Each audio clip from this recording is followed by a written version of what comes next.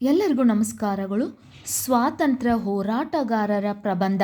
ಈ ಪ್ರಬಂಧ ಇಷ್ಟ ಆಗಿದ್ದಲ್ಲಿ ವಿಡಿಯೋಕ್ಕೆ ಲೈಕ್ ಮಾಡಿ, ಶೇರ್ ಮಾಡಿ, ಸಬ್ಸ್ಕ್ರೈಬ್ ಮಾಡಿ. ಪೀಠಿಕೆ: ನಮ್ಮ ದೇಶವನ್ನು ಸ್ವಾತಂತ್ರ್ಯಗೊಳಿಸುವಲ್ಲಿ ಸ್ವಾತಂತ್ರ್ಯ ಹೋರಾಟಗಾರರ ಪಾತ್ರ ಬಹಳ ಮುಖ್ಯವಾಗಿದೆ. ನಮ್ಮ ದೇಶವನ್ನು ಸ್ವತಂತ್ರಗೊಳಿಸುವಲ್ಲಿ ಸ್ವಾತಂತ್ರ್ಯ ಹೋರಾಟಗಾರರ ಪಾತ್ರ ಬಹಳ ಮುಖ್ಯವಾಗಿದೆ. ಇವರು ತಮ್ಮ ದೇಹ, ಮನಸ್ಸು, ಸಂಪತ್ತು ಎಲ್ಲವನ್ನು ದೇಶದ ಸ್ವಾತಂತ್ರ್ಯಕ್ಕಾಗಿ ತೊಡಗಿಸಿಕೊಂಡವರು. ಇವರು ತಮ್ಮ ದೇಹ, ಮನಸ್ಸು, ಸಂಪತ್ತು ಎಲ್ಲವನ್ನು ದೇಶದ ಸ್ವಾತಂತ್ರ್ಯಕ್ಕಾಗಿ ತೊಡಗಿಸಿಕೊಂಡವರು. ಭಾರತದಲ್ಲಿ ಮಹಾತ್ಮ ಗಾಂಧಿ, ಭಗತ್ ಸಿಂಗ್, ಮಹಾರಾಣಾ ಪ್ರತಾಪ್, ಝಾನ್ಸಿ ರಾಣಿ ಅಂತ ಅನೇಕ ಸ್ವಾತಂತ್ರ್ಯ ಹೋರಾಟಗಾರರು ದೇಶದ ಸ್ವಾತಂತ್ರ್ಯಕ್ಕಾಗಿ ತಮ್ಮ ಪ್ರಾಣವನ್ನೇ ತ್ಯಾಗ ಮಾಡಿದ್ದಾರೆ. ಭಾರತದಲ್ಲಿ ಮಹಾತ್ಮ ಗಾಂಧಿ, ಭಗತ್ ಸಿಂಗ್, ಮಹಾರಾಣಾ ಪ್ರತಾಪ್, ಝಾನ್ಸಿ ರಾಣಿ ಅಂತ ಅನೇಕ ಸ್ವಾತಂತ್ರ್ಯ ಹೋರಾಟಗಾರರು ದೇಶದ ಸ್ವಾತಂತ್ರ್ಯಕ್ಕಾಗಿ ತಮ್ಮ ಪ್ರಾಣವನ್ನು ತ್ಯಾಗ ಮಾಡಿದ್ದಾರೆ.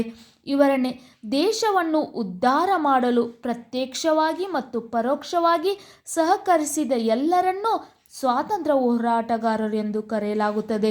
ದೇಶವನ್ನು ಉದ್ಧಾರ ಮಾಡಲು ಅಥವಾ ದೇಶವನ್ನು ಸ್ವತಂತ್ರ ಮಾಡಲು ಪ್ರತ್ಯಕ್ಷವಾಗಿ ಮತ್ತು ಪರೋಕ್ಷವಾಗಿ ಸಹಕರಿಸಿದ ಎಲ್ಲರನ್ನೂ ಸ್ವಾತಂತ್ರ್ಯ ಹೋರಾಟಗಾರರು ಎಂದು ಕರೆಯಲಾಗುತ್ತದೆ. ಹಾಗೂ ಸ್ವಾತಂತ್ರ್ಯ ಹೋರಾಟಗಾರರ ದೇಶಭಕ್ತಿ ಮತ್ತು ದೇಶದ ಮೇಲಿನ ಪ್ರೀತಿಗಾಗಿ ಜನರು ಅವರನ್ನು ಯಾವಾಗಲೂ ನೆನಪಿಸಿಕೊಳ್ಳುತ್ತಾರೆ. ಹಾಗೂ ಸ್ವಾತಂತ್ರ್ಯ ಹೋರಾಟಗಾರರ ದೇಶಭಕ್ತಿ ಮತ್ತು ದೇಶದ ಮೇಲಿನ ಪ್ರೀತಿಗಾಗಿ ಜನರು ಅವರನ್ನು ಯಾವಾಗಲೂ ನೆನಪಿಸಿಕೊಳ್ಳುತ್ತಾರೆ. ಸ್ವಾತಂತ್ರ್ಯ ಹೋರಾಟಗಾರರ ಹೋರಾಟದಿಂದ ಇಂದು ನಾವು ಸ್ವಾತಂತ್ರ್ಯ ದಿನಾಚರಣೆಯನ್ನು ಆಚರಿಸಲು ಸಾಧ್ಯವಾಗಿದೆ.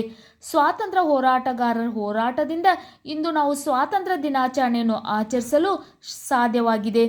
ಬ್ರಿಟಿಷರ ಕ್ರೌರ್ಯದಿಂದ ಜನರನ್ನು ರಕ್ಷಿಸಲು ಅನೇಕ ಸ್ವಾತಂತ್ರ್ಯ ಹೋರಾಟಗಾರರು ಯುದ್ಧಕ್ಕೆ ಇಳಿದರು. ಬ್ರಿಟಿಷರ ಕ್ರೌರ್ಯದಿಂದ ಜನರನ್ನು ರಕ್ಷಿಸಲು ಅನೇಕ ಸ್ವಾತಂತ್ರ್ಯ ಹೋರಾಟಗಾರರು ಯುದ್ಧಕ್ಕೆ ಇಳಿದರು. ಅನೇಕ ಸ್ವಾತಂತ್ರ್ಯ ಹೋರಾಟಗಾರರು ತಮ್ಮ ಸ್ವಾತಂತ್ರ್ಯಕ್ಕಾಗಿ ಹೋರಾಡಲು ಇತರ ಜನರನ್ನು ಪ್ರೇರೇಪಿಸಿದರು. ಅವರು ಅನೇಕ ಸ್ವಾತಂತ್ರ್ಯ ಚಳುವಳಿಗಳನ್ನು ಮುನ್ನಡೆಸಿದರು ಮತ್ತು ಜನರ ಪ್ರಾಣ ರಕ್ಷಣೆ ಮಾಡಿದರು ಹಾಗೂ ತಮ್ಮ ಪ್ರಾಣವನ್ನೇ ತ್ಯಾಗ ಮಾಡಿದರು. ಎಲ್ಲಕ್ಕಿಂತ ಮುಖ್ಯವಾಗಿ ಅನ್ಯಾಯದ ವಿರುದ್ಧ ಹೋರಾಡಲು ಜನರನ್ನು ಪ್ರೇರೇಪಿಸಿದರು. ಬ್ರಿಟಿಷರ ಕ್ರೌರ್ಯದಿಂದ ಜನರನ್ನು ರಕ್ಷಿಸಲು ಅನೇಕ ಸ್ವಾತಂತ್ರ್ಯ ಹೋರಾಟಗಾರರು ಯುದ್ಧಕ್ಕೆ ಇಳಿದರು.